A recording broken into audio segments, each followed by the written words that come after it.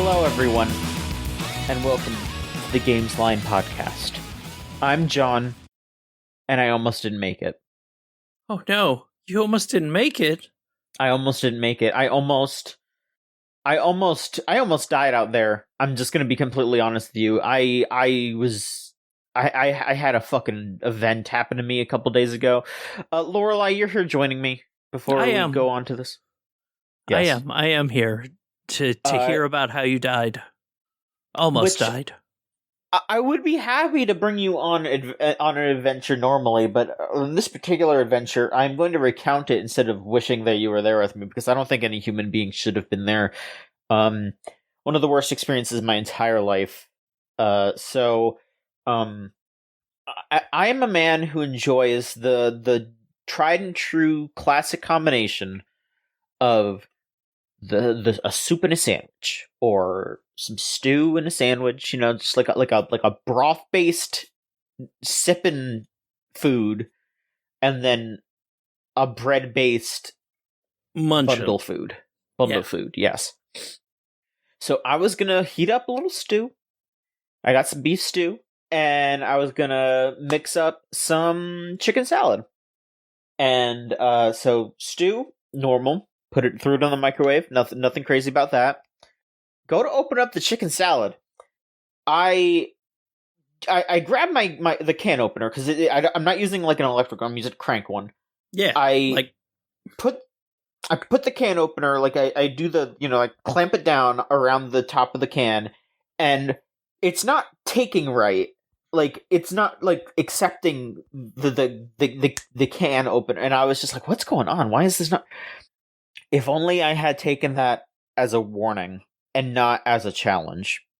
Because as I finally maneuvered the can opener to properly grasp onto the lid of this can in order to let me begin the process, I clamped it and I turned it a little bit, and a sound erupted. Like normally you might expect a little hiss, but this hiss was like that of the king cobra.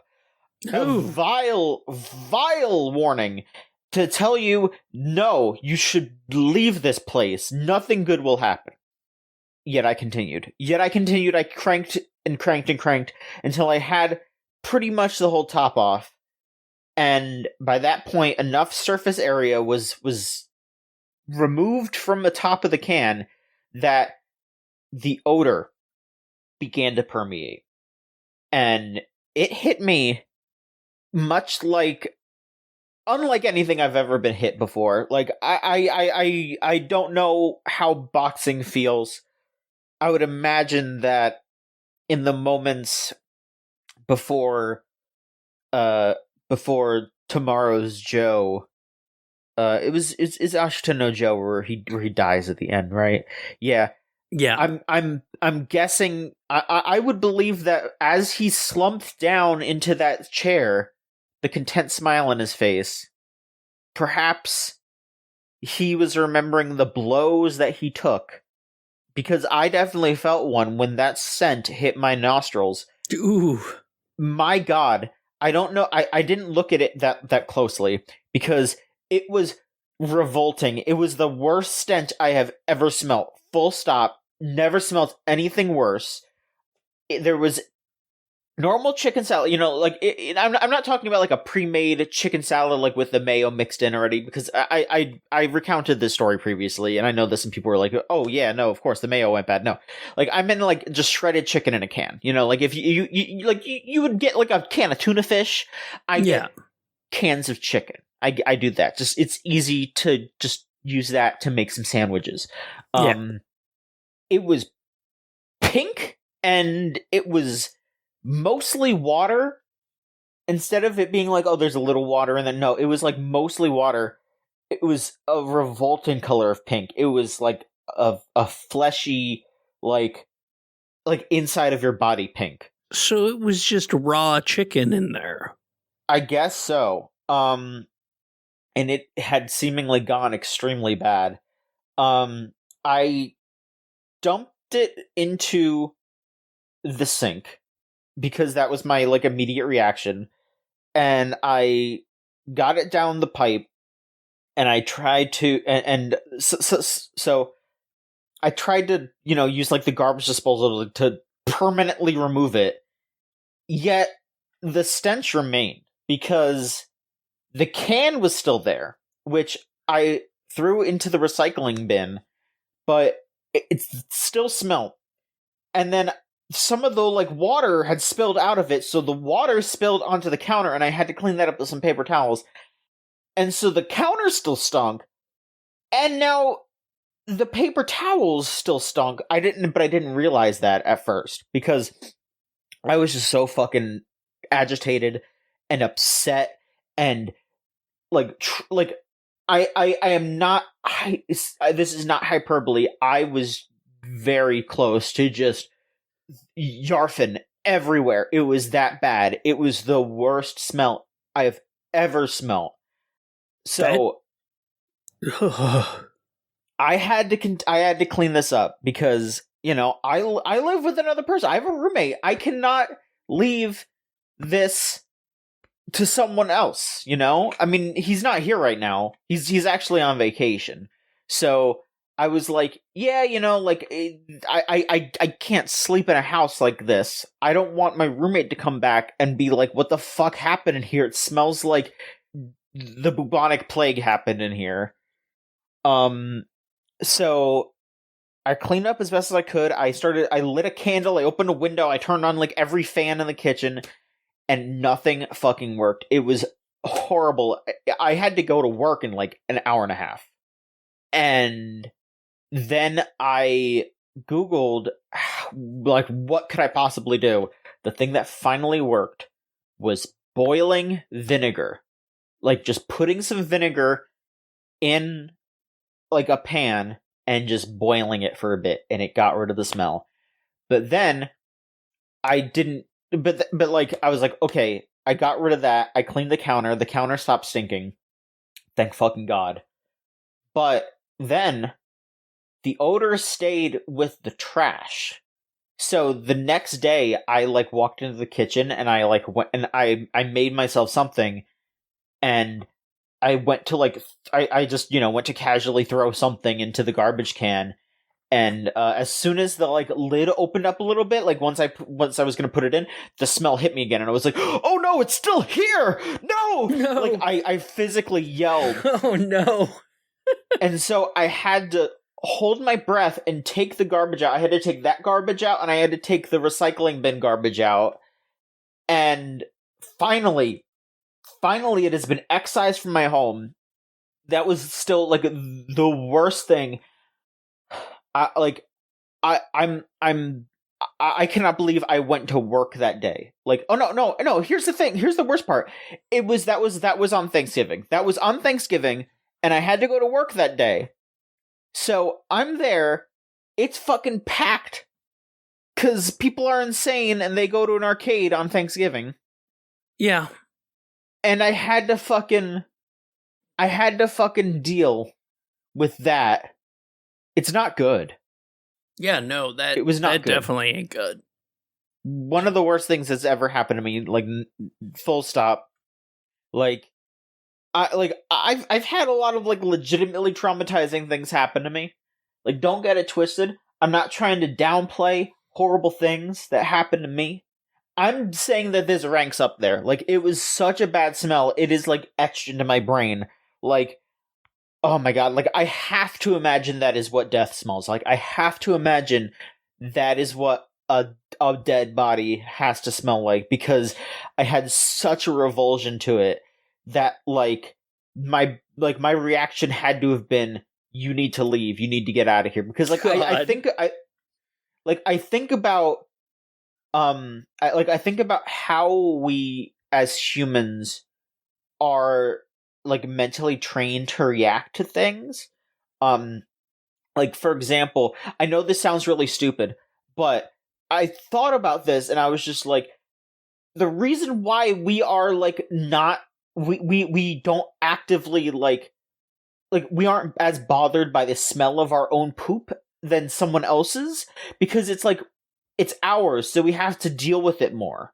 Yeah. Like, that's just something that like we have evolved to accept. And so I think about how like a lot of like pain and pleasure and all of these other like senses were evolved to like push humans to do certain things, like it hurts when we touch a hot thing because it burns, it screws up our hand and it damages our skin. Like, it's to tell you, no, stop doing that.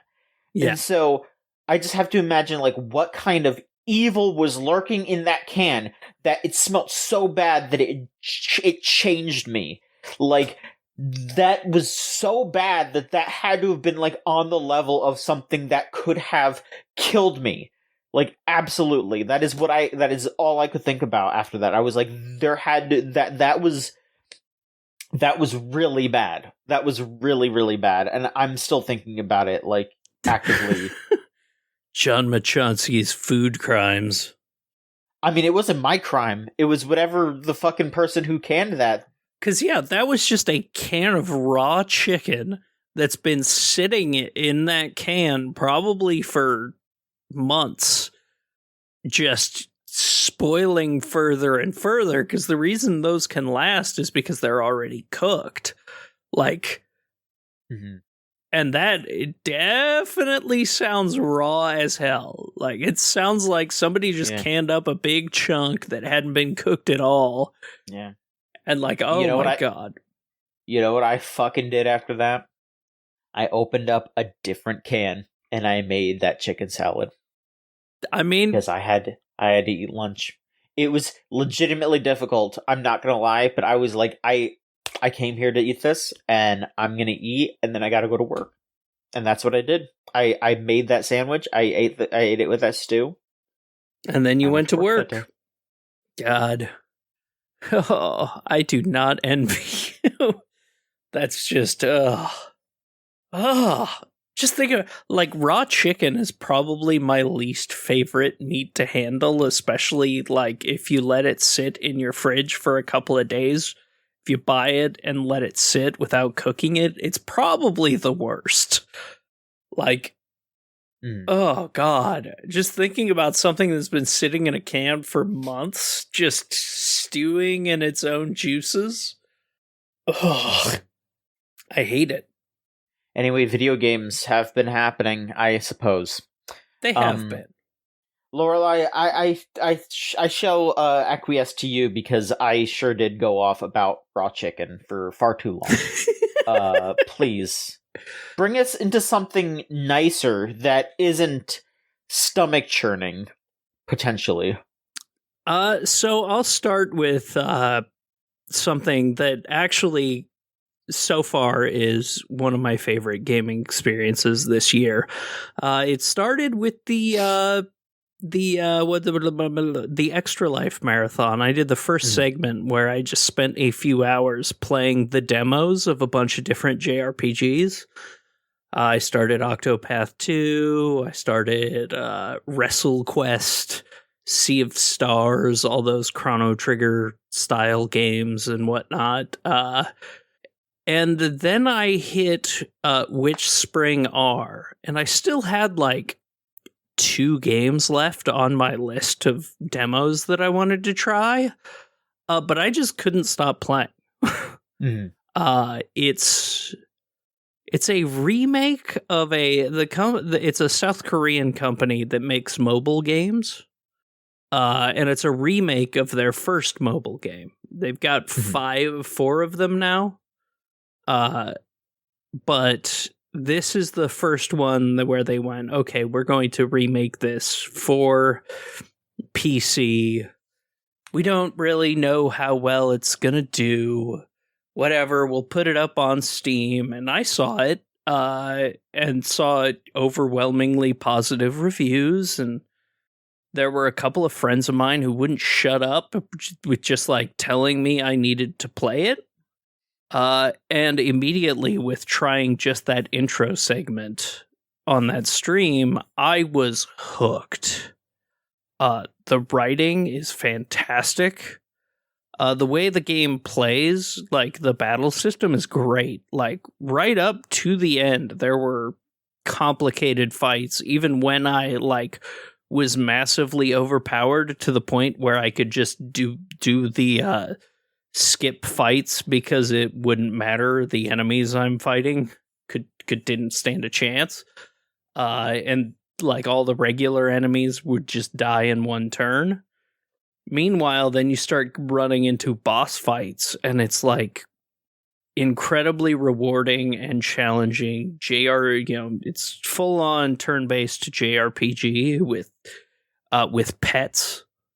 So there's a little bit of finding specific enemies that you can mind control into becoming your pet, which all have different abilities and are all like, a few of them are characters on their own. Like, a couple of them are gods who join your party. Okay, that makes sense. Like, but a couple of them are just like, one of my favorite characters in the game is just Boar Jr.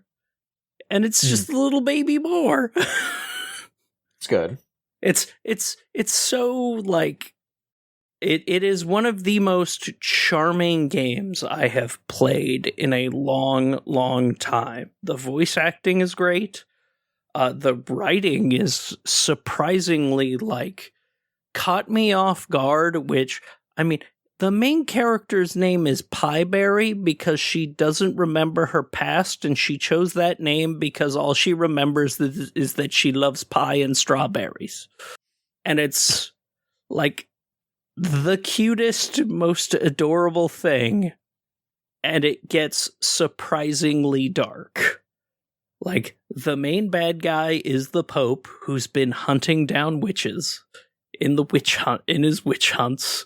So there's this, like, weird, like, your character is the most innocent, like, friendly, kind, and, like, just cannot be broken, like, by things, like, still aware of what's going on, but isn't gonna let anything drive her negative. And meanwhile, there's just this darkness around it, and it's really well handled. Mm-hmm. And by the end of the game, my last couple of streams, I was just like, I know I have an appointment that I have to be to in 3 hours, but fuck this, I'm finishing this game. Like, yeah. It absolutely ended up blowing me away. Like, throughout the whole thing, every character in the game has a point. Even the comic relief ends up getting like really, really, really good moments. Nothing is ignored, and I am just shocked at this little game that came out of nowhere that has completely blown me away to the point where I have actually started replaying it because the other week or the other day they added a hard mode. And it's just like, because, you know, this is a company that they didn't expect to end up doing anything other than like some costume DLC to maybe get some more money so they could work on more stuff, and then have the game suddenly kind of blow up for them to the point where now they're like, oh, okay, we're actually going to work on a console version. So it was part of the indie showcase, the Japanese indie showcase for Nintendo last week, that they were doing their console version.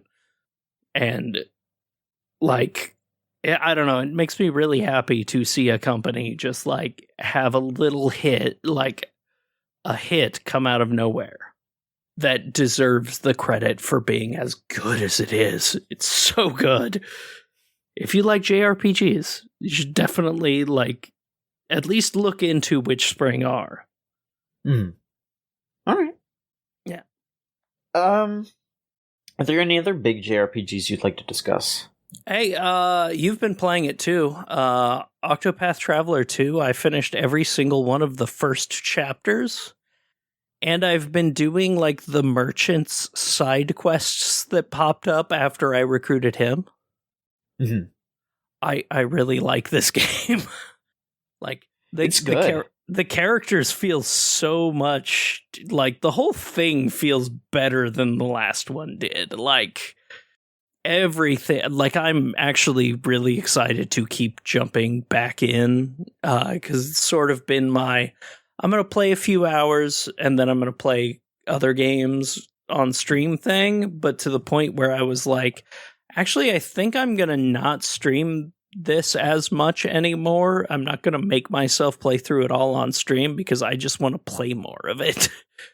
And if I limit it to myself just doing like 6 hours a week, I'm never going to get through it. And God, the writing is so good. The music, holy shit. It's really good. Yeah, it's better than the first game, and Team Asano's already got like some of the best music in the industry. Like, I mean, Team Asano's good. Their music is good enough that I was actually able to make it 10 hours into Various Day Life, even though that game's terrible. But like, God, Octopath, I feel like they finally nailed it this time. Like I'm excited to keep playing more. Like, I just started the second chapter of The Dancer, and I didn't feel like the other characters didn't matter anymore completely, which was completely different from the first game, where as soon as you started a chapter, the other characters just existed on the side and didn't actually exist. They were battle mechanics, not characters for 3 hours. And it's just really, really nice to see them having fixed so far. I can't say for sure because I've only started one chapter 2, but that was my biggest issue with which made me not care that much about the first game. Like, I like the first game a lot, but I didn't. Once I finished all the main stories, I didn't go do any of the extra crap at the end. Because I didn't care. Meanwhile, this time I can see myself going back and doing whatever extra stuff there is. Because I already find myself caring more. No, yeah, totally. I mean, I've been kind of just hopping from town to town and then just doing the quests as they come up. But no, doing all the chapter 1s is probably also a good idea, just to like set everything in motion, and then you start having all the characters together and they bounce off of each other a lot better too. Yeah. I might actually do that. I might actually just stop what I'm doing and just gather all the characters so that way they can have their little moments. Yeah, because it does feel like the first chapter is always separate. You know, you run into the character and they say, hey, maybe I should join you on my adventure. You know, you should join me on my adventure. But then it's, on my travels, yes. But hey, do you want to play their first chapter? Yes, I do. Yes, I would like to do that. And I like I like the option, though, that you can just fucking skip it if you want. Yeah. For the first chapters. You can just go, yeah, no, I don't want to do that. Maybe I'll go back and do it in an inn later. It's so nice. They give you the options. And that's like nice. They finally figured out the user experience thing that was a problem with the first. And it defaulting to 2x speed right off the start for battles is so good. Totally.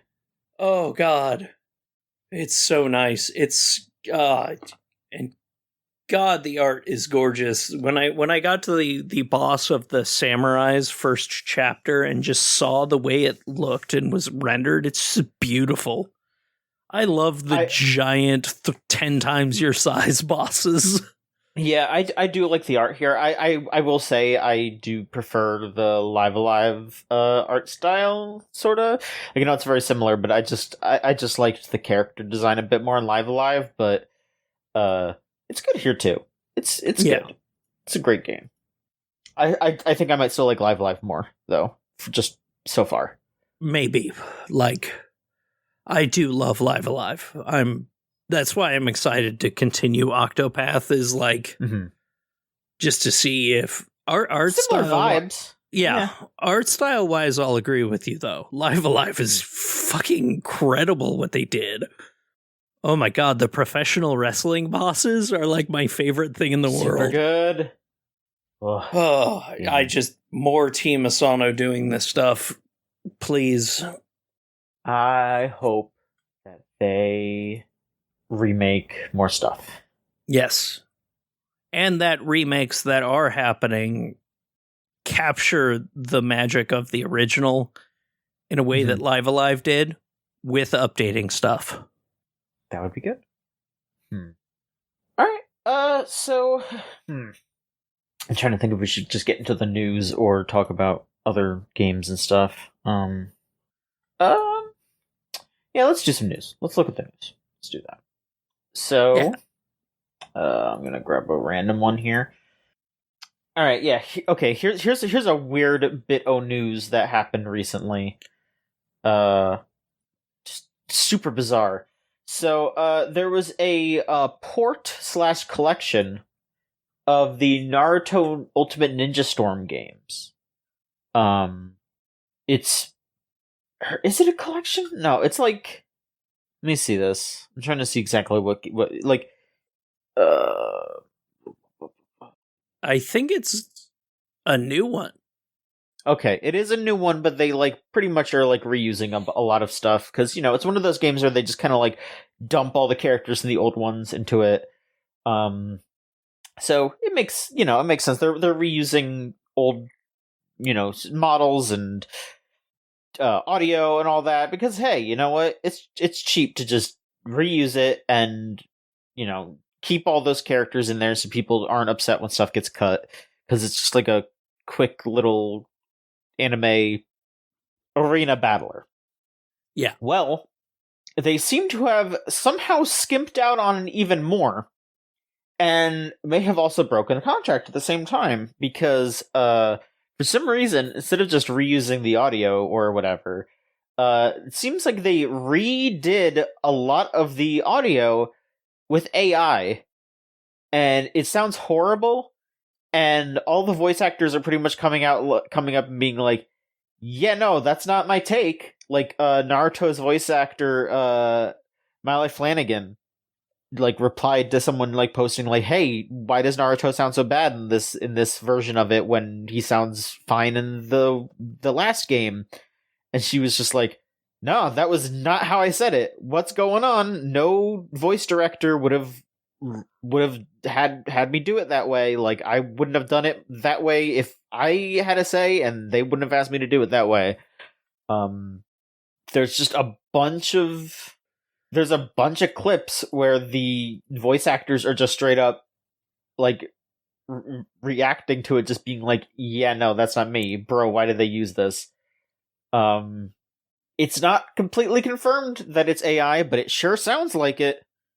God, yeah, no, when I first heard that, saw that float across my Twitter timeline and heard it, it's, oh boy, that is some, yeah, no voice director worth their salt would let that go past. Would let that go into the game. Like, not only did it, like, it had to have been AI or something, and B, whoever did the voice direction of this, should not. Did they hire? Is there a voice director in this game when you look at the credits? Yeah, because it sure seems like it's the thing I am asking. Because yeah, no voice director. Like even like the original Final Fantasy XIV release, which has some of the worst voice acting in history from some of the best names in voice acting, like Sam Riegel and whatnot. Everyone sounds terrible, but they don't sound this bad or unnatural. Like it's there can't have been a voice director. There can't. Like, especially with the reactions people are giving. It's just it's a bad move all around, and hopefully they don't do that anymore and fix it. No and, shit. Yeah, stop using AI voices because it sounds like shit and it's offensive to art. Especially when it's a union project. Yeah, that was a union project. So, yeah, they are probably going to be under legal fire for this one. Yeah, it's real bad. Bad move. Next bit of news here. Some good news here. How about that to trade it off? The Gamemaker engine, which sure has gotten a lot more attention thanks to Unity fucking up and also a lot of some backlash against Unreal and all that, etc., etc. Gamemaker just said, hey, if you're making a free game, Gamemaker's free for you. Go ahead. Use it. If you're going to sell a game on PC, use Gamemaker, you got to pay us $100. That's it. And if you're going to use Gamemaker for consoles, it's $80 a year, or it's $80 a month, or $800 a year. Which, like, if you're selling something on console, you'll probably be making more than $800 in a year. So that doesn't seem bad. Yeah, like it is kind of nice seeing companies like that just going, hey Unity, fuck you. Fuck you. Because boy, the reaction to the Unity thing was the first time I've seen an industry galvanized together universally so quickly. And other companies jumping in to go, hey, you know what? Let's make it easier for people to make games, to decide to maybe use another program, maybe use another base for their games. And I just think that's really cool because there are a lot of really, really cool games that are made with Gamemaker. Yeah, like some of the ones that this Polygon article lists. Chicory was on Gamemaker. Undertale was on Gamemaker. Hotline Miami was on Gamemaker. A lot of good stuff.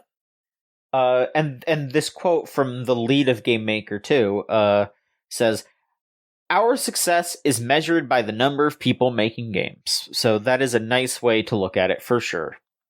Hell yes. So, at least for now, as the company stands today, it seems like Gamemaker is the way to go if you want to make a game. Like, especially a little free one for you shouldn't have to spend $100 to make a game jam game. Yeah. Just make your shit. Make it cool. Make your shit. Make it cool. And then eventually, if you start charging for it, give them $100.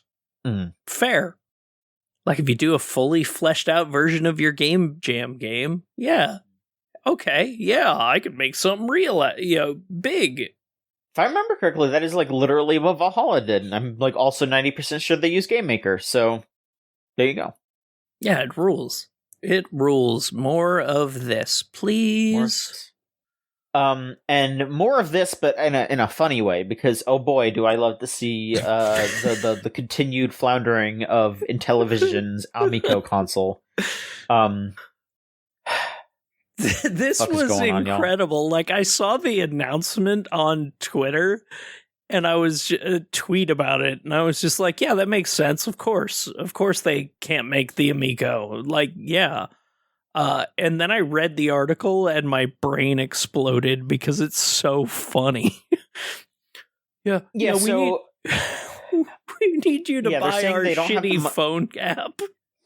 They're saying we don't have the money to make the console. It's been like 5-6 years now.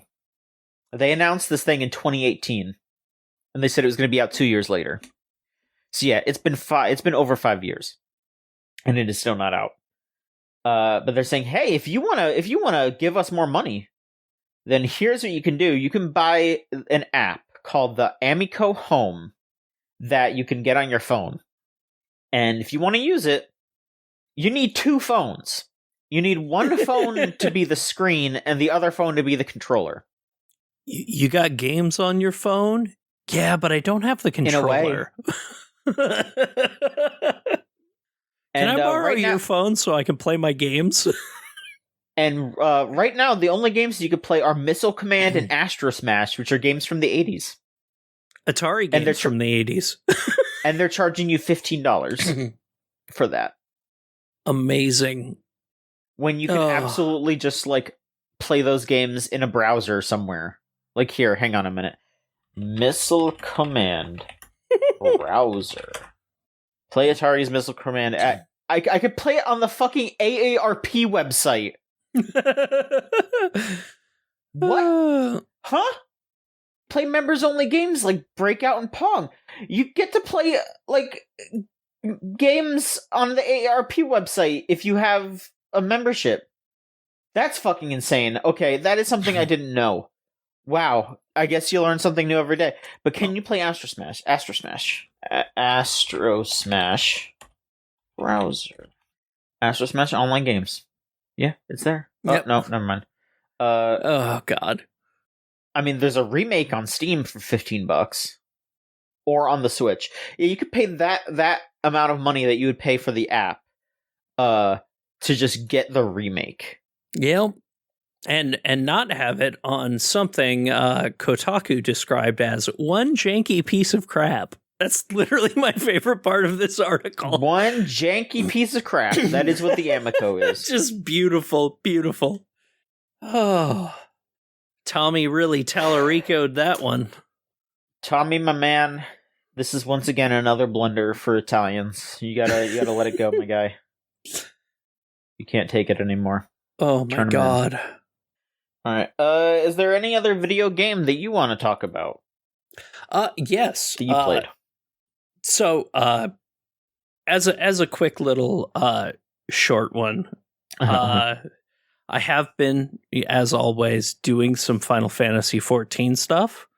However, one of these things is pretty cool. They've been testing, like, using cloud servers to help with their the game has issues with ping. Like, if your ping is different from mine, we are reacting to things differently. They've been doing a cloud server test this week, and the game is like 10 times better. It's like, sure, you know, a lot of people are like, I have friends from Japan who have been playing on the cloud server and able to do things they cannot do on the regular North American server. There are jobs you just can't play from other countries, and suddenly you can. You can actually, like, the responsiveness has been so much better that I can't wait for them to implement them fully. Like, it was actually really exciting. But also, I cleared my first ultimate fight this week. I've been doing Ultima Weapon Ultimate, which is like the easiest of the hardest content in the game. Yes, but I'm still really proud because one of my goals has always been to clear an ultimate. And to finally have accomplished that feels really, really good. But other than that, what goes into clearing an ultimate run? What goes into clearing an ultimate is about, well, this one's pretty easy, so it's 14 to 20 hours of learning. Some of the other ones are, you're looking at 40 to 80 hours of going in and dying constantly until you move on to the next mechanic. It's like, it's stuff I really enjoy, because that game, when I'm doing hard content, I enjoy learning it. I hate redoing it. I became a bitter fucking asshole because I was just doing Savage rating all the time. And, like, it made me unpleasant to be around because I was just mad at other people all the time.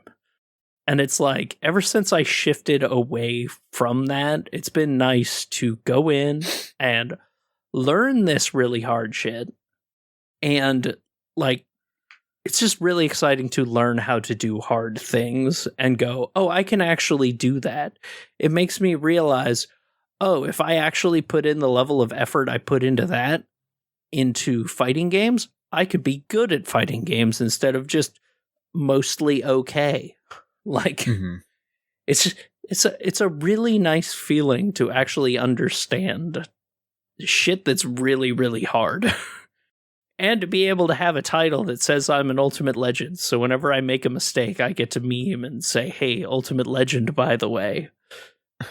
Which there is you go. because a lot of those players are, like, elitist and super snobby, but still fuck up sometimes, but deny they fuck up. And it's like, nah, I'm gonna have fun. It's just really, really good feeling. But other than that, the main game I've been playing over the last few weeks, a couple of weeks since the 1.0 version actually released, has been Coral Island, which I think is probably better than Stardew Valley when it comes to farming sims. Mm-hmm. That's saying a lot, because Stardew Valley these days is held up as like the pinnacle, and I think this might actually be better. There is so much to do, except the vibes of the game make it feel like I don't have to rush.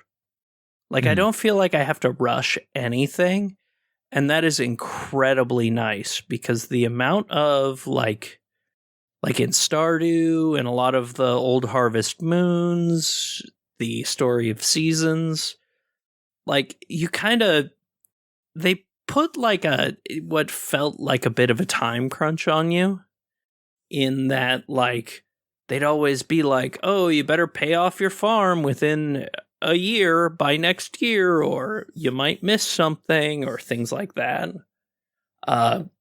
Whereas this one is just like, hey, here's your farm. Hey, here's the town. Go meet everybody. Hey, here's the mines. If you want to go down, you don't have to.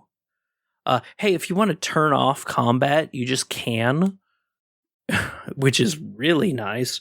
And oh yeah, there's a whole giant underwater section that has mermaids you can marry, like, and you're cleaning up the ocean and helping rebuild this little island town.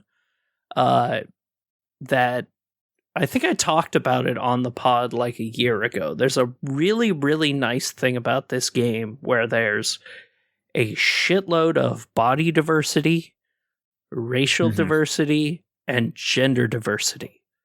And, really cool non-binary characters and things like that. And it's all made in, it's an Indonesian game. So it uses a lot of the cultural stuff from there. So when you go to a festival, you aren't doing things that you do in other games a lot of times.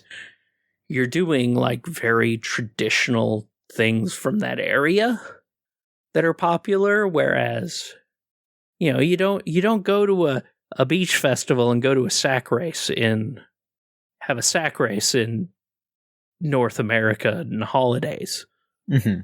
Whereas over there, that's like an incredibly popular thing to do. Like, it's a really, really interesting thing seeing, like, you don't make fried rice, you make nasi goreng and stuff like that. It's like, it's a big, big relief. Like, it's a new experience with something like this, something that's culturally relevant to the people who are making it. And also, like, really making stuff like that really accessible to the world at large. Unless you buy it on console, do not buy it on console. It is a fucking disaster. The PC version, one of the best easily the best farming sim I've ever played. The console version, absolute broken mess. The audio doesn't work. So, like, as soon as you talk to someone, it does the the JRPG thing that kind of does when it'll imitate people talking with, like, bleeps and bloops. It just locks that in. So there's this constant in the background. They're drowning. Constantly that sound does not end. And like, I think Andrea was just like, is someone sending you a message in Morse code that just never ends? I really hope they can fix the console version of it, because it is such a good game. It is such a good one of these, but it is utterly horrific on the console. And let me phrase how good I think this game is.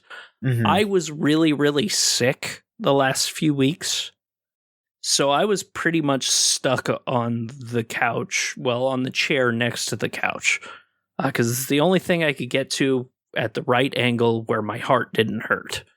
Mm-hmm. I put 40 hours into that damn console version, and I had fun the whole time, despite the fact that Morse code beeping was driving me nuts. You get like 2 seconds of music, like it's so it's so wild. Like, I hope they fix the console version fast. Because there are things in there that are definitely, it feels like an early build must have been uploaded, because there are things like, I picked up a bone and it always lists what category an item is in. And in the PC version, when you pick it up, it says monster part. In the console version, it just says TBA. Yeah, sounds like it wasn't done. Yeah. It's really disappointing, because it is such, like, I'm just going to reiterate how good of a game I think it is. If you like these games, you should buy it. It's fucking great. Like, God, one of the characters is that you can date is a mom with stretch marks. It's just like body diversity and style diversity and like character personalities. Like, the athletic girl is like shredded to hell, and it's like, hell yes, give me the character design everywhere. Like, but like, oh, the characters are all really good. It's such a good game. Please fix the console version so people can enjoy it. No, they're not gonna. They're gonna make it worse. Oh God. All right. Yeah, what? I have been, as you have been going forwards with your games, I've been going backwards in that, so a couple weeks ago, I had a lot of really rough times at work, because I was basically hosting birthday parties by myself, across the entire weekend, and that was really difficult, but I made a lot of money in tips. Fuck yeah. So I went, you know what? Analogue's doing a drop. I'm gonna pull the trigger. If I look on the website tomorrow, I told myself, I said, if I look on the website tomorrow and they still have some in stock, I'm going to buy a Pocket. And I looked, and they had some orange ones left. So I ordered an Analogue Pocket. And it came in, and that was one of the best purchases I've made in a long-ass time. Now, I've been talking to people about it, and they keep saying, John, I thought about it. It looks really cool. Should I get one? And I don't think so. I don't think so, unless you are a crazy person like me. You have to be very married to the concept of, I want to play the cartridges. Because if you don't care about that, you could probably just get an emulation device that is way cheaper that'll do the same thing. But with the cartridge in, there's a bunch of options that you can do to make the game look better. Oh man, it's so nice. I am overwhelmed with joy thinking about how beautiful I can make Hamtaro Hams Unite look on that screen. And I mean, running emulated stuff on there is also real easy. Like, I'm not saying it's not 'Cause it is, and it's really nice to just be able to fucking play. They got CPS1 on there. They got CPS2 on there. I could play Darkstalkers on that thing, and it just works. It works nice. Not ideal, because, it would be ideal if I was playing it on a fight stick or a hitbox or something, but it's pretty good. That you could just play arcade games like that. You could play NES and Super Nintendo and whatever the fuck is on FPGA, you could play on that bad boy. It is wonderful. It is a wonderful little device, and I am so happy I bought it. But again, I would not recommend it to everybody. This is 100% an enthusiast's purchase. I would just say, look into getting one of those, emulation handhelds that exist out there. There's, you could just get a 3DS and hack it and use that. Yeah. There are options. But my personal favorite option is this, I think. Ooh. This is what I want. And I am very happy that I went for it. And also, if you want to sell me your Game Boy Advance games, hit me up. Maybe we'll figure something out as long as you're not charging $300 million. This is. I'm not actually. No, don't actually do that. I don't want to use this platform to purchase things. Well, what are you after? I don't fucking know. I mean, I'm game. Honestly, no, straight up. I mean, if you do have Game Boy Advance or original Game Boy games that you're like, hey, I don't care about these anymore. We could talk. But I don't have a way to play them because all my 2DSs are broken. Okay, we could talk about it after the show. Okay, because I might make some further mistakes But no, I've also been playing a couple Pokemon ROM hacks too. And it's for some research. I'll just say that. I don't want to go too far into it, but I will say I don't like Pokemon ROM hacks that just have weird difficulty spikes. I can appreciate if they add a little bit of challenge. Don't get me wrong. Because I know how to play competitive stuff. I know how to do things. I know team comp. But when the game is just like, hey, you're playing, you're in fucking Viridian Forest, and now you have to go up against a double battle with an opponent that can use substitute and moves that hit both of your Pokemon at the same time. And then both of their Pokemon use substitute and use damage spreading moves. I'm just like, I got level 7 Pokemon. What do you want me to, like, they just want me to grind. That's not a challenge. You need to grind. You need to get to level 15 to cheese this. And that sucks. I don't like that.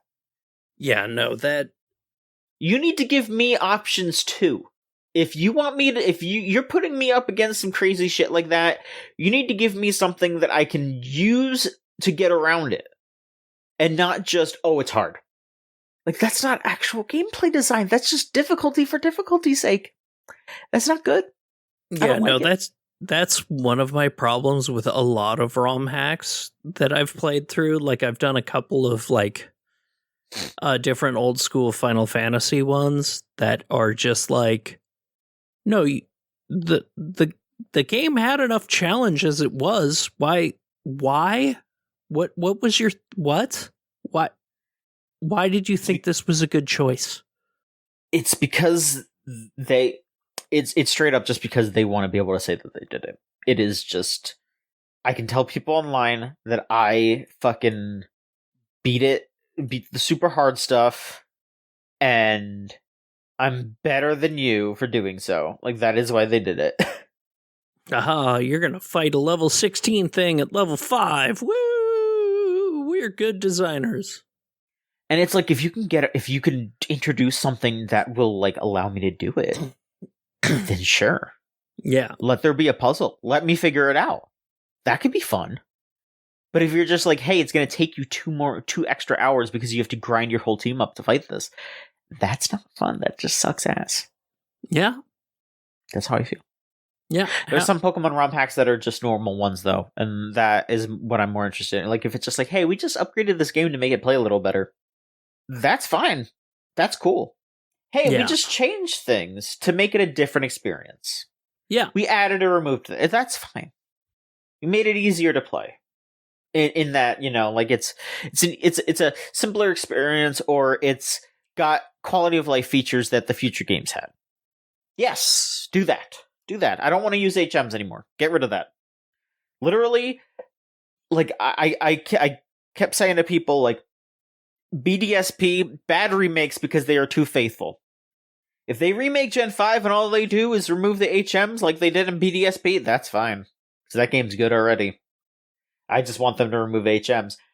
That is the worst part of all Pokemon games is HMs. So I would love to just remove those forever. Yeah, just think about what you're doing and why you're doing it instead of just cramming difficulty in, please. Yeah. But I may speak on that more in the future. Let's just leave it at that. Which is your favorite of the ones you've played, though? It's a little hard to say because honestly, I've just been kind of dipping my toes in so far. Yeah, I have been messing around with the Toho one, the Tohomon Purple game. I think it's just called. It's just Pokemon Emerald, but I do like that they completely rebalanced it because they made all the different Toho characters have different types. Like, they made up a bunch of types and then changed the movesets to be different types as well. So it's just completely rebalanced, but it still feels well tuned, which is nice. Like, it's a different experience because you're catching different things and you're using different moves and all that. But it still feels like they sat down and were like, okay, you know, this is a good choice. These moves are good. These moves are not. It feels balanced, and so that is the kind of stuff that is the stuff that I'm after. A good, well balanced type of thing. And there's also a sandbox version where they're just like, hey, if you want to buy a bunch of rare candies, you can do that. Oh, cool. And I will just say, yeah, I did buy a bunch of rare candies, not because I'm like, oh, I just want to over level. I just said I want to just get everything to the same level and then go from there.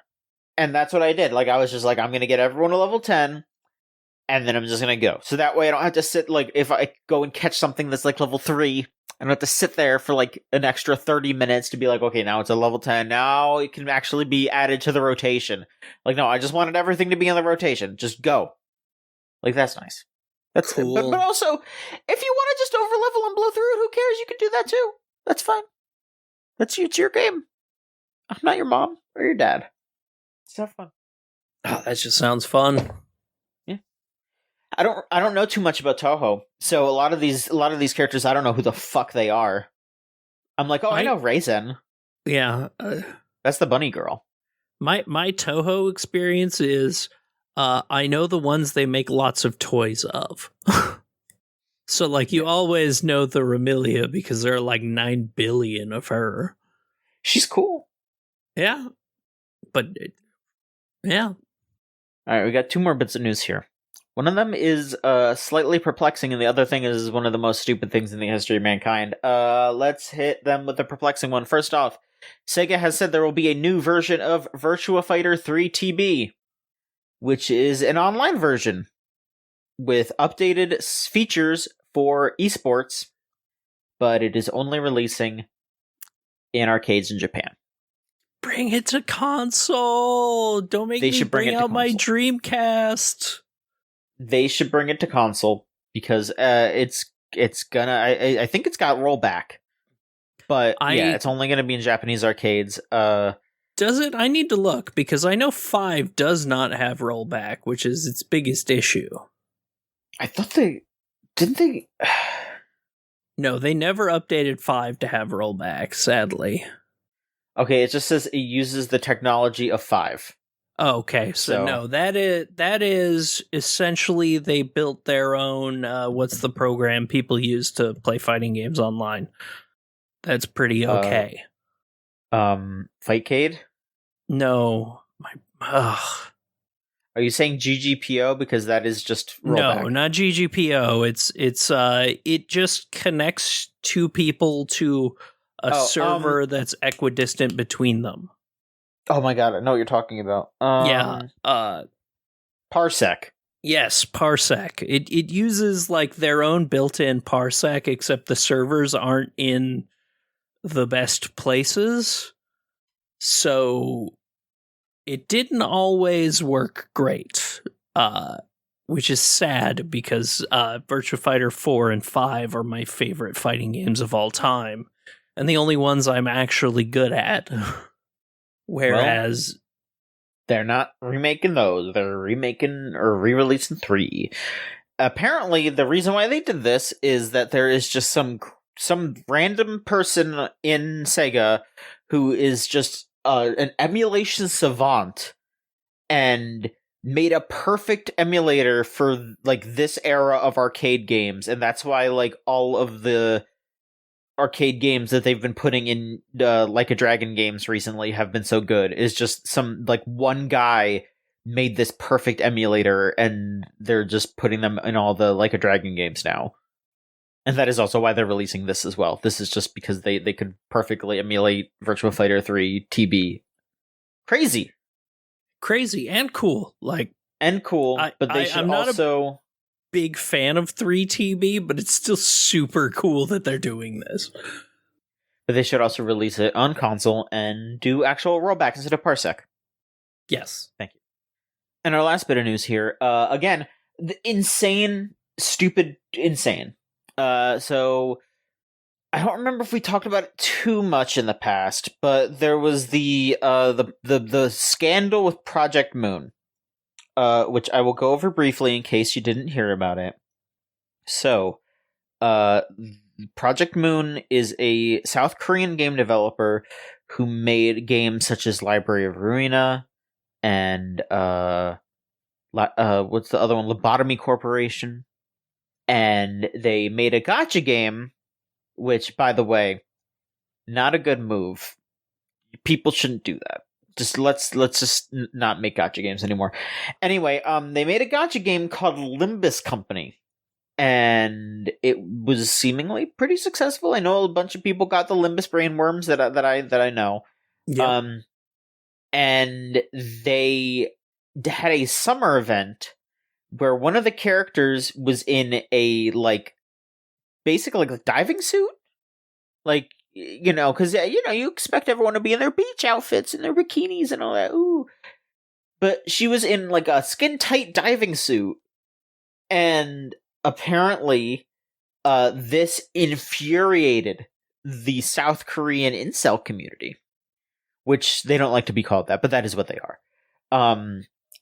There is just a massive problem with misogynists in South Korea just basically being able to wield their power over businesses and governments, insofar as that they dug up like old tweets by the artist by the artist who drew that particular version of the character, and the artist made like vaguely feminist claims, like not even like anything too radical, just like, hey, like women should be able to do what they want kind of shit. And I mean, I think also speaking out against some, like, crimes as well. I don't recall exactly, but it's just, like, it's stuff that anyone with a soul should be okay with,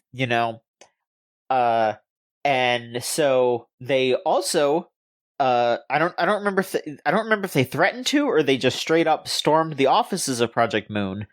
But because of that, there was conversation between the people at Project Moon and the artist, and they agreed to a separation.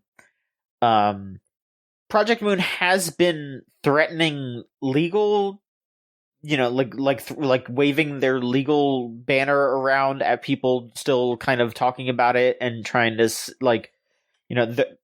There's some language difficulty, of course, because this is like Korean being translated to English and vice versa. So I'm sure that they're seeing some people being disappointed in how they handled it and thinking that it's some sort of libel or some sort of, like really awful talk about them, and vice versa. Maybe what they're saying is being translated wrong. I don't know. But the long and short of it is that a bunch of insane sexists got so mad that a character wasn't wearing a bikini in the summer event that they were going to kill somebody. And they basically just let it slide. And so now those same people are flipping out again, and the companies are kowtowing to them again because they are claiming that in a new trailer that was released for MapleStory, there was a frame in the trailer, like not even a continuous shot, but a single frame in the trailer where a character was kind of sort of doing like the pinch fingers, like I don't know how else to describe it, like not Italian fingers, but like if you're trying to be like, oh, it's this big, the teeny tiny, doing that. And they are saying that was because it is feminists making fun of their tiny penises. And so they went through a bunch of other trailers and took screenshots and said, and like, not even like anything that was like, oh yeah, this is like this character making that kind of, like in that particular screenshot, it's like, okay, like you can at least see that they are, you could say, oh, they are making that symbol. In the rest of these, the character just like has their hand up, and there's a space between their finger and their thumb. Like literally, there's one of them there of a girl with black and purple hair, and it's zoomed in on, and it is literally just the natural position you would keep your hand in. There's one where she's falling over, and so there's some space where she's like falling over and like trying to right herself up.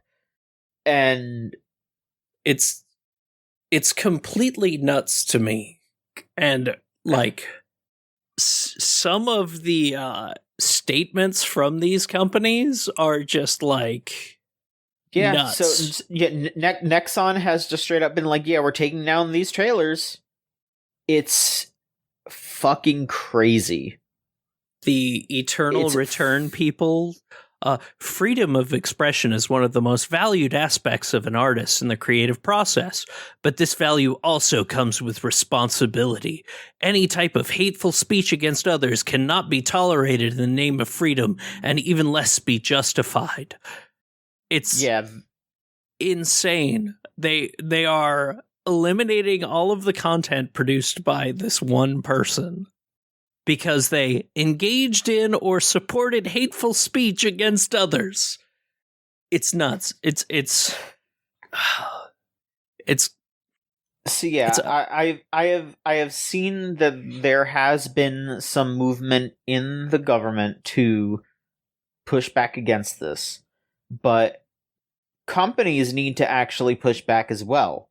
Like, I know that the reaction to Gamergate was such a mess and all that, but I feel like on the whole, like, obviously it's not perfect, but I think the general creation of games has moved forward a bit in the States and in a lot of other countries, but it feels like South Korea is just going to be stuck in the past and continuing to just, their art is just going to get worse and worse because they're just going to be giving in to these people's whims, when all they want, like literally all they want, is to just have like basically what I'm seeing here is they just want like a goon fest. They want a bunch of games with a bunch of just sexy anime women with no clothing on, and to be continuously told that they got a great big dick that can pleasure them forever. Like, that is just what these guys want. And they can't accept any difference. Like, like, again, I don't know that much about Limbus, but, like, the girl in the fucking dive suit, it's not unattractive. Like, that could be hot. I don't know the character that well, so I don't really have a full-on, like, interest. But it's like, are you that close-minded? Are you that fucking insane and stupid and just no taste and just wanting to be spoon-fed fucking baby food? Like, that is what these guys want. They want the baby food version of, like, interacting with anything. They're so scared to be challenged at all. Besides, I can jack off to this. And it makes me feel powerful. It makes this anime woman thinks my cock is good. And long, not small. This one is making a pinching motion.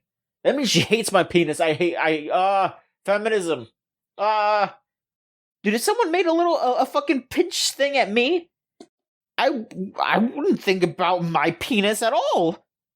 Yeah. It is such fucking, like, projection. It is projection. It is just fear of being lesser.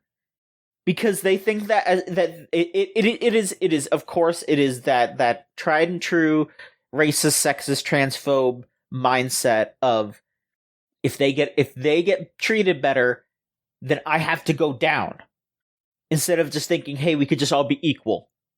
You know, like it is that fear of because you know, like white supremacist and other forms of hateful thinking think, well, I'm superior and I can't let them get a leg up because then they'll be superior. And it's like, that's not how it should be. It should be equality. And they don't see it as that. They want to just keep the leg up. And it's bad and it's stupid and it's insane. And their mind is twisted into thinking that seeing a fucking pinch means that they have a tiny cock. Yep. And like 90% of the time, it's not even a pinch. It's just them going frame by frame to find the perfect moment. It's fucking insane. It's fucking insane. It's literally the most insufferable bullshit that, like, you see it constantly in gaming communities, and it's clearly so much worse over there. Like, yeah, this has been utterly vile to look at, where it's just like, Are you going to see anyone that doesn't have their fingers touched together 24/7 as telling you have a tiny peen? It's the most, like, tiny peen energy bullshit. It's literally like them searching for, like, people have hands and those two fingers aren't glued together. Therefore, they are telling me I have a tiny penis. You know, like, if you're holding a cup, and then you erase the cup, you're holding a tiny penis. Yeah, that's like a little wiener, and you're making fun of them for it. Yeah. They gotta fucking go outside. Find something else to do in your life. If you're thinking about your dick that much, listen. I am not I'm not one to talk too much about going outside. I go outside to go to fucking work, okay? I get it. It's fucking hard to talk to people. It's hard to meet people. It's fucking horrifying to try to... I don't know how to fucking make a relationship with a woman. I don't fucking know. But you know what I don't do? I don't make it someone else's problem. And I don't project that onto the world. Yeah. It's my problem. It's your problem. They don't think you got a tiny cock. They're not thinking about your cock. They're literally cartoon characters. They're thinking about, they're cartoon characters. But if you're thinking that a feminist hates you, they're not thinking about you. They don't think that it's because your dick is small or whatever the fuck reason. They're thinking you're weird because you're thinking about that. You're worried about this crazy shit. You shouldn't be. Who fucking cares? Who cares if you got a tiny cock? There's people who love that. You just gotta get out there. Fucking live a little. Who cares? It's out there. We're out there. We're just trying to survive out here. It's fucking wild. I don't even know what I'm talking about anymore. This is so fucking insane that I'm just losing it. It like I was reading through that thread and my brain just melted. Like it makes Me too, I guess. no sense. It's so hard to understand that somebody could be that fucked up. And like I mean, I still struggle with understanding the way people are in geek communities. Because it happens in comic books, it happens in video games, it happens in film. It's these weird incel fucking chuds that never grew up. And it sucks to see. It sucks to deal with. It all around fucking sucks because these people, they get together and they know they have the power over a lot of things. They knew like hate rating on Twitch was the thing because they knew they could go in, say a bunch of really nasty stuff, report that channel, and that channel would get taken down even though they had none of this came from them. Like it took Twitch years to update their policies to stop dinging channels immediately for hate rates. Like the people who are the victim of that shit are always the ones that are punished first until things change. And you need to have like these fucked up things are going to keep happening until it goes too far and these companies are finally punished for it. Right. Like it was Twitch actually seeing a drop in numbers that made them, okay, we need to actually fix this. It's,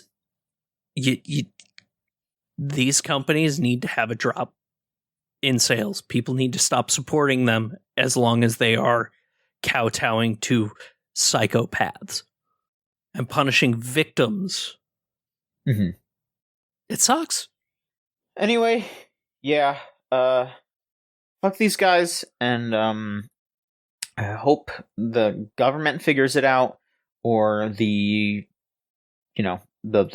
someone figures it out, Let's fucking figure it out. Alright, well, there you go. So, if you want to send us a question, go to gamesline.tumblr.com/ask. Because that you could do that. Sounds like a good thing to do. Sound like this. Cello Buster asked, if you want a season pass cameo appearance in Silent Hill Ascension, like the Berryman, what random task would you like your avatar to be doing in Silent Hill? This is based on... So I haven't been keeping up with Silent Hill Ascension at all because I like to keep my sanity about me. But, yeah, in that new Silent Hill experience that you can play? Question I saw a clip where a guy just like runs up to the character and he's just like, oh hi, I gather berries. I like to make jam. And then he just kind of gets chased away and then he never shows up again. So what would your task be? Like, was this like a player who got like summoned, like who they called up and was like, yeah, record yourself talking about berries and jam, please? Is that what happened? I don't know. I need to look this up really quick because let's see. Berry Man. Wow, I can almost spell. I don't know. The Berry Man. The Berry Man. It's I don't fucking know. That is astounding. What's your task? What are you showing up? I'm going to show up and oh god. See, it has to be something I'm passionate about. Are you passionate about jam and or jelly? I'm not passionate about jam or about jelly. I'm passionate about shit like I'd grab the character and I'd drag him over to a couch and I'd just be like, I'm just trying to make you watch Gymkata, the greatest movie ever made, starring 3-time world gymnastics champion Kurt Thomas as Jonathan Cabot. I would be the guy who shows up and says, I'm in Silent Hill and I'm scared and I don't want to be here anymore. And you should turn the video game off because this one isn't good. Yeah. That's my decision. My decision is to tell them to go home. I could just be like the least scary thing in existence, Bloober Man, and just be like, we're really concentrating more on action than frights this time. I did see that Bloober Team has been vague posting about Konami the past couple of days, which is very funny. Yeah. They've just been going they've basically just been like, yeah, all these people are tweeting at us and they want to know what's up, and Konami isn't letting us post any new trailers or talk about anything, and we would love to, but that's up to Konami. Yeah. Who, it would be great if they if they announced things. If Konami did that, that would be great. And it's just like you're a fucking public facing company. You're doing this shit. Like Konami is really fucking weird right now because you have the Suikoden remasters being delayed with no news on where they are coming out. They have just gone radio silent. They've been radio silent on Silent Hill 2. The only thing they've said about anything is the Metal Gear Solid 3 remake. But even that has weird PR feel about it. I have no idea what the fuck is happening at Konami right now. It feels like we had this resurgence of Konami maybe becoming Konami again, a games company, and then just weird radio silence. It's weird. Oh wait, no, that's who I'd be. I'd be Suikoden gal. Guys, can I just tell you about Suikoden? I mean, that would be something that you could potentially do, because that is a Konami game. But then they'd be like, don't worry, we're doing a remake.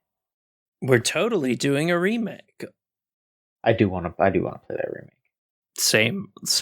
I just want. I mean, of course you do. I'm gonna go fucking feral when that thing comes out.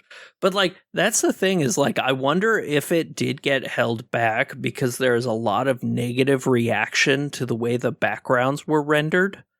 The backgrounds looked really good at a quick glance, but once you actually looked at them, you saw how unnatural a lot of things were, especially since, they did the work to keep the original sprites, which I do not think you should ever change. It's some of the best sprite work in history.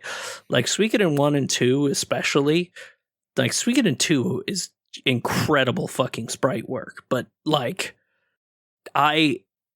the way the backgrounds looked kind of lifeless. There were things it would just have a fire lit up where part of the thing was in the original sprite work, there's one of the guards poking it with a stick and it would spark every once in a while. It wasn't just a lit fire. It had life to it. There was tons of life in the backgrounds. And yeah, it lost that with some of the things they showed from the remake. But, they'd also done so much good stuff, which has me baffled. They got all new art from the original artist for the character portraits. And, God, where the fuck is it, Konami? Give it to me. Give me... Konami gonna Konami. Lorelai, thank you for being on the show. Thank you for having me. Is there anything else that you would like to discuss before we completely wrap up? I think I am good. I think I've hit everything I wanted to. All right. Me too. So if you enjoy this website, you can go to gamesline.net and you can look at it. Because there's stuff on it. And you can look. And enjoy. You can go to our Twitter at the Gamesline. That's our Twitter. @ TheGamesline. Go to our Tumblr, gamesline.tumblr.com. If you want to send in questions, it's gamesline.tumblr.com/ask. You want to go to Facebook for whatever reason. If you like Facebook, you can go to facebook.com/gamesline and you can follow us there. Follow us on YouTube or youtube.com @thegamesline. You have to put the @ in the URL or else it doesn't work. We have our Twitch, twitch.tv/gameslinetv, which I would recommend you go ahead and follow that bad boy, because pretty soon I'm hoping to start using that more. I want to do that. We'll see. I just need to figure out when I have the time. Patreon.com/gamesline. Give us $3 a month, and you get access to our anime podcast, Unlimited Railworks, a week early. You get access to The Clothesline, the wrestling podcast, exclusively. And you'll get access to other new exclusive things, like the Lies of P spoiler cast that just got posted. It'll be up there by the time you hear this. And you can go to our Discord server at thegamezone.zone, type that into your web browser, and it'll bring you straight there, and you can tell us, hey, thank you for the podcast. Thank you for Lies of P talking. Thank you for all this stuff. You could thank Lorelai for all the podcast editing that she does all the time, because that's very good that she does that. Thank you, Lorelai. You're welcome. I like doing it. It's fun. It's a lot though, like especially this past week. Oh my god, that was a lot, but I felt so good when I finished because I did some shit to make that whole thing work, and it felt so good that I got that thing where, like, oh, I legitimately haven't felt as good as when I finished that project in a long time. It ruled. And thank you to Melt Channel / Magic Circuit for a theme song Crush off of the album Magic is Real. If you want to listen to more of their stuff, it's meltchannel.bandcamp.com or magic-circuit.bandcamp.com. Lorelai, where can people find you online? You can find me pretty much everywhere at Judgment Scythe. I am regularly streaming on Twitch again.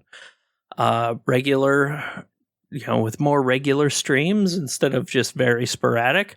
You can find me on X. Oh, God, I hate fucking saying that. Don't say it. Just say it is Twitter. It's Twitter. You can find me on Twitter. You can find me on everywhere but Facebook, pretty much. Judgment Scythe everywhere, even on Blue Sky. Yeah. And YouTube. You can find me at JOHN_MICHONSKI. And that'll do it. Thank you so much, everybody. And we'll be back next week with yet another episode of the Gamesline Podcast. So long. Chugga chugga.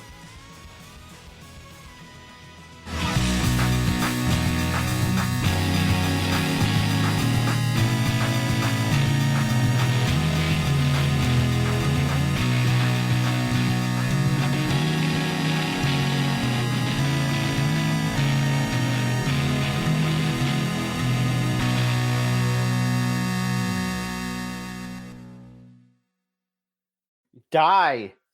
I hate you, fucking Craig. God. All right. It's the now recording voice. No, it's the avatar for me. Like I wouldn't mind if it wasn't the fucking avatar. Like I hate the weird bear in front of a microphone. It's a bear with a microphone. I hate it. I don't know what I would prefer it be, but I would prefer it not be Craig. What if we redesigned it to be our favorite Delgo, Kurt? I mean, I'm just happy to see Kurt no matter what, so I would be happier with that. But true, I don't think they would go for that. That seems like something they wouldn't do, which sucks. It also doesn't help that Craig is my default name for a random white asshole. Craig is a real shithead name. Where I'm just like, man, it's like, oh yeah, who did that shitty thing? I'm just like, oh, it was probably Craig, even if I don't know who it was. we're gonna keep shit talking, and like Craig's gonna like record it and send it to whatever fucking like server or whatever, and someone's gonna listen to it and be like, "All right, bitch, fine, you can't use it anymore," and that's just gonna be the end of it. Like, oh no, I'm just gonna get a DM from like the creator of Craig, and it's gonna be like, "You got a fucking problem, dude." I'm like, yeah, it's a bear. Let us change the fucking image. Let us make it a doggo in front of a microphone. Then it'd be like, I'll kill you or something. I don't fucking know. All right. Let's go ahead and start actually recording. Let's hit the button on Audacity. That was not too short. You know, sometimes we talk about stuff. Sometimes games line. Like, it actually felt nice getting up there, because I know there have been a couple of times where we've done them where they've been like 45 minutes, and like there was a lot to talk about this week. Yeah. And I'm so sorry about your chicken. Fucking insane. But I had to tell it.